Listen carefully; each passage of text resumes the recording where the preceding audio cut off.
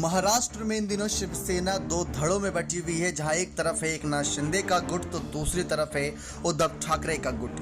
लेकिन अगर देखा जाए बाला साहब समय की, तो बाला साहब के समय में मातोश्री का जो राजभवन था कह सकते हैं, जहां बैठकें होती थी वहां पर हमेशा ही भीड़ उमड़ी रहती थी।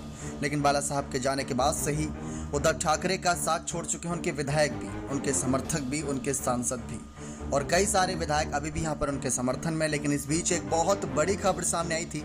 जी हाँ, एशिया के सबसे रईस और दुनिया के दूसरे नंबर के सबसे अमीर शख्स गौतम अडानी ने बुधवार 21 सितंबर 2022 को मुंबई में महाराष्ट्र के पूर्व मुख्यमंत्री उद्धव ठाकरे के आवास पर उनसे मुलाकात की। बैठक दोपहर करीब 3 बजे मातोश्री में हुई।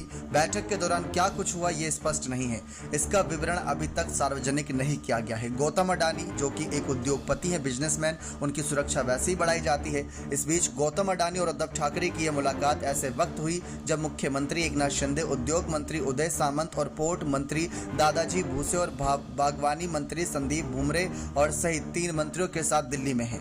ये तब की खबरें थी। लेकिन महाराष्ट्र में राजमार्गों पर काम को लेकर बुधवार शाम महाराष्ट्र का प्रतिनिधिमंडल केंद्रीय मंत्री नितिन गडकरी से मुलाकात भी किया था।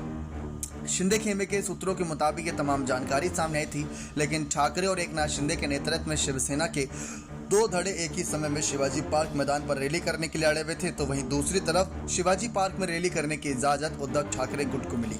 बता दें कि अडानी ग्रुप के चेयरमैन गौतम अडानी दुनिया के टॉप अरबपतियों की लिस्ट में आते हैं। हम दुनिया की बात करें, ना कि भारत की, दुनिया की टॉप अरबपतियों की लिस्ट में आते हैं। उन्होंने दूसरे नंबर की स्थिति फोर्ब्स और ब्लूमबर्ग दोनों की रैंकिंग में और मजबूत कर ली थी।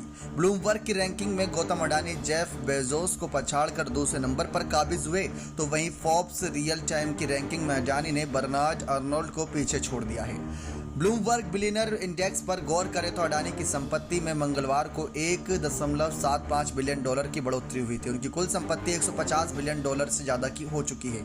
वहीं Forbes real time billionaire list की बात करें तो मंगलवार को गौतम अडानी की संपत्ति में $2 बिलियन का इजाफा हुआ था। तो मतलब इतने अमीर शख्स, उद्योगपति, बिजनेसमैन यहाँ पर उद्धव ठाकरे से मुलाकात करते नजर आए मातोश्री में जाकर। ये अपने आप में बहुत ही बड़ी खबर है।